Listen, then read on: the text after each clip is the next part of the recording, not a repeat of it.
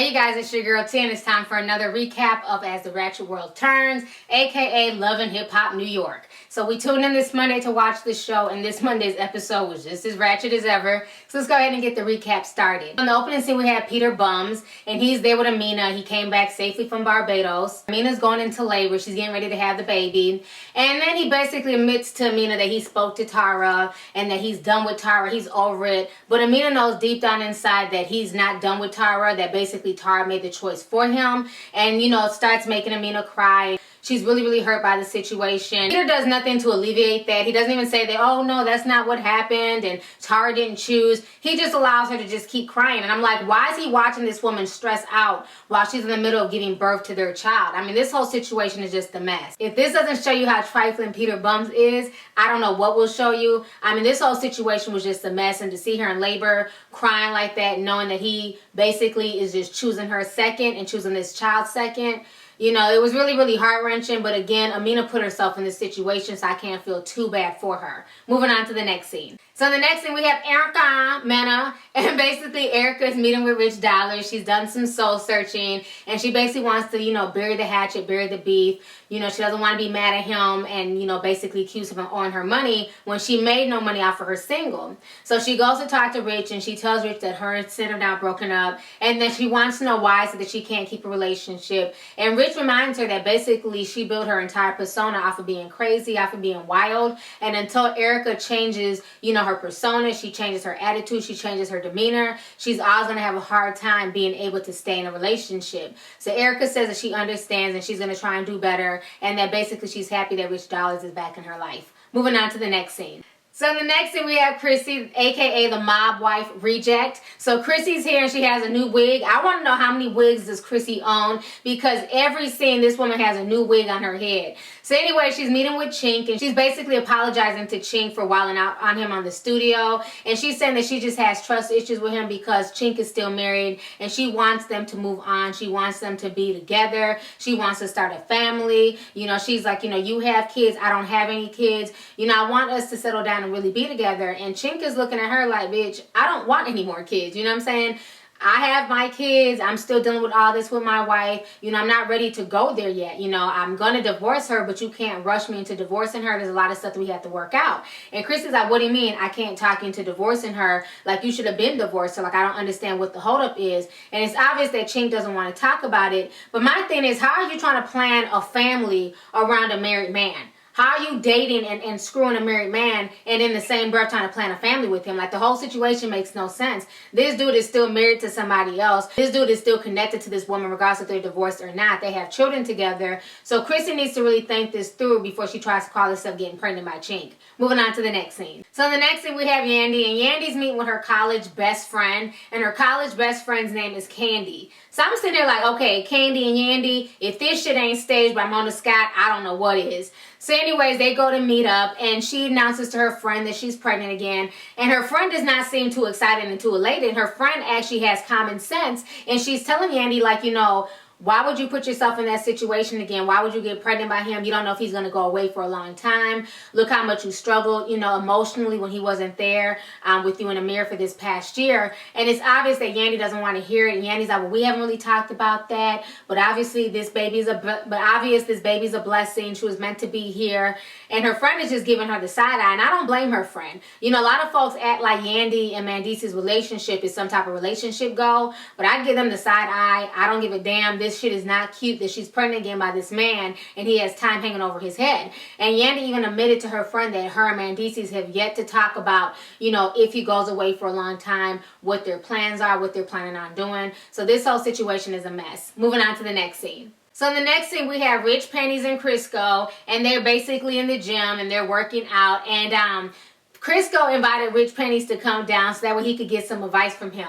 I don't know who coined Rich Pennies a relationship advice of Love and Hip Hop New York this season, but folks are really going to him for advice this season. That's because folks are really going to this man for advice. It's obvious that Rich has no storyline whatsoever. So now they're trying to make him the bootleg, ratchet ass voice of reason. So Crisco tells Rich that basically Rhinestone Blueberry dumped on him and that Rhinestone was really mad at Crisco, These names are a trip. But basically, Rhinestone is mad at Crisco because Crisco played her. And so Rhinestone is like, you know what, I'm done. I'm not dealing with this no more. And Crisco's like, I don't understand why she just won't, take me back. I don't get this. And then, Rich is like, well, you did kind of play her. You didn't tell her about this child. And then you try to flip out on her when you heard about her child. And you guys were basically doing the same thing to each other. So then Rich is like, well, what's up with your baby mama? Because I ain't seen her in a minute. And at that point in time, we find out about his baby's mother, LaToya. Or Tasha, I don't know, I forgot her name, but we find out about the baby mama, and basically Crisco's upset at her still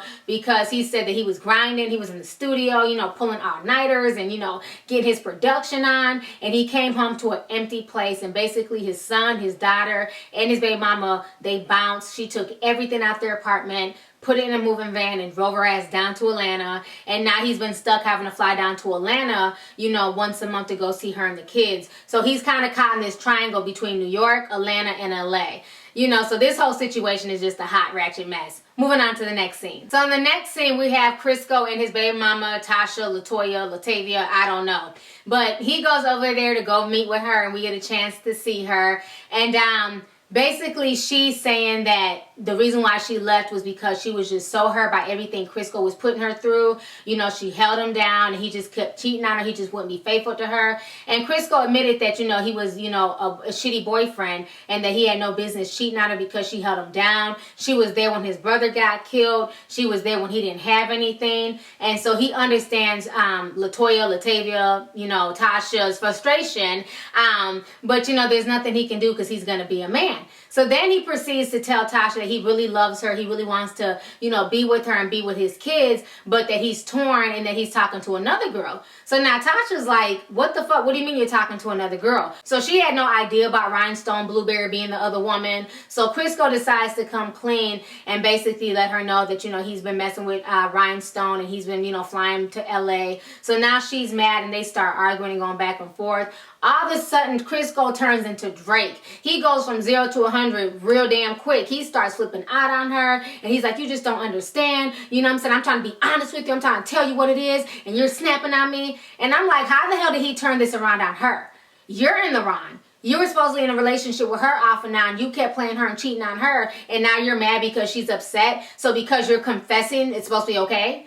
It's like, who the hell does this dude think he is? So then she's like, you know what? I'm done. I'm moving on. I'm going to find me a new man. This is just ridiculous. I'm done with your games. Then he flips out on her, and he's like, you know what? You better not have no other man around my kids. You know how I am. You know how I get down. There better not be no man around my kids. I'm not playing with you. And I'm like, damn, I had to clutch my invisible pearls. I'm like, what the hell is wrong with this dude?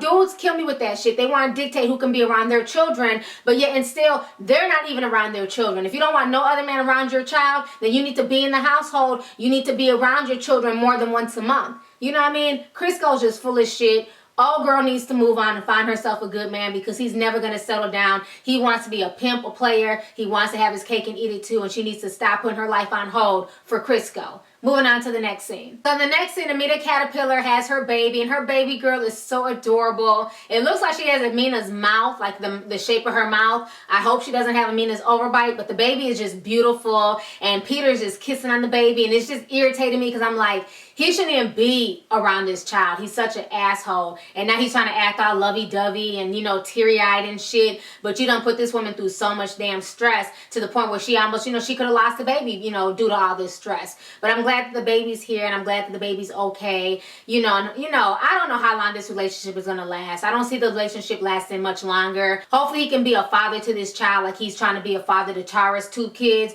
I think it's only fair. At the end of the day, he made this baby, and he needs to be a father to this little girl. Moving on to the next scene. The next scene, we have Chrissy, aka the Mob Wives Reject, and she has on a new wig, and she's meeting up with one of her girlfriends, and Chrissy is just, she's having an emotional breakdown, and basically she's telling her girlfriend that she's really upset. Her biological clock is ticking, and she's tired of waiting for Chink. She decided to go off of birth control, but she's having a hard time getting pregnant. She says that she went to the doctor, and the doctor was telling her that she has something called fibroids, and these fibroids are supposedly preventing her from getting pregnant. But then she admits that, she's upset at herself because she's terminated multiple pregnancies.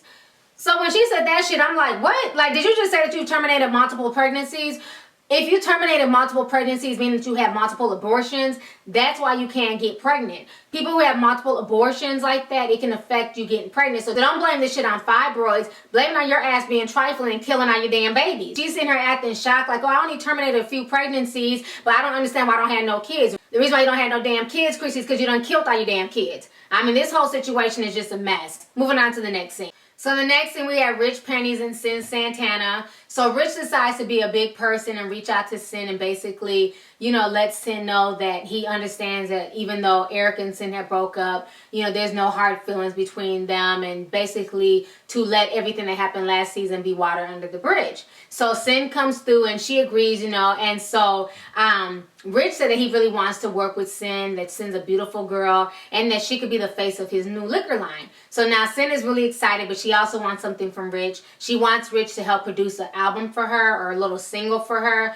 She said that she's a singer, she writes her own music, and that her brother had committed suicide a few years ago, and that she wants to do this tribute for him. So Rich is like, okay, cool, I can definitely help you with that, but I also want you to be the face of this, this new drink. So then Sin is like, you know what? Bring me a bottle, let me sip it, and if it tastes right, I'm down. I'm down to go into business with you. And I'm sitting here like, did this bride not learn anything about her last business venture with Erica Mena? You know what I'm saying? She literally shook Erica's hand. There was no contracts, nothing drawn up. And now this idiot is talking about going into business with Rich Pennies if the liquor taste is okay. So as long as the liquor tastes right, she's wanting to just jump into business with him. Sin is definitely not the businesswoman that she proclaims to be. Moving on to the next scene. The next scene, we have Chrissy, and she decides to come clean with Chink. So they're in the car talking, and Chrissy's like, you know what? I just can't take it anymore. I can't wait. My biological clock is ticking. I've been off of birth control now for several weeks, and, I'm trying to get pregnant by you. So Chink starts going off. Chink is like, you know what? That's not cool. How the hell you just going to jump off of birth control? How you going to come and, tell me some shit like this? I'm not trying to have no more kids.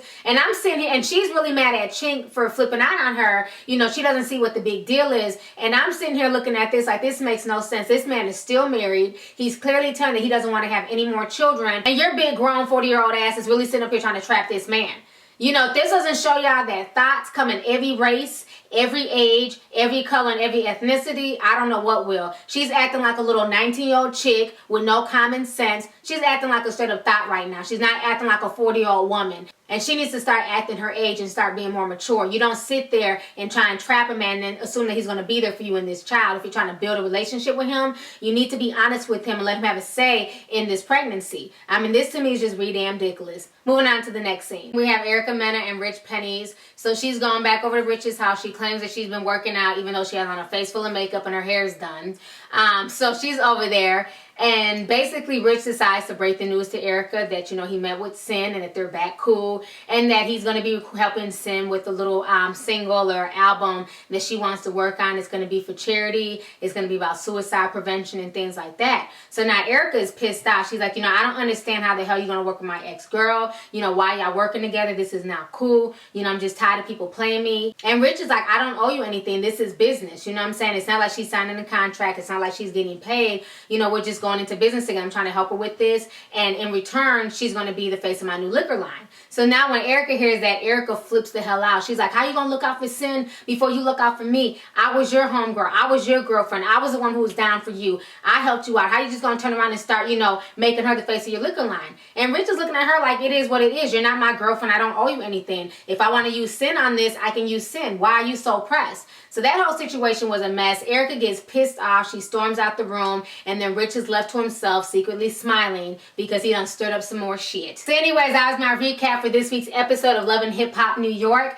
Go ahead and leave a comment. Let me know your thoughts on this week's episode. What did you think about the big blowout between Tasha, Latoya, whatever her name is, and Crisco? Let's go ahead and get the discussion popping. And once again, if you're not following me, I am at LovelyT on Twitter, and I'm LovelyT2002 on Instagram. Talk to y'all later. Deuces.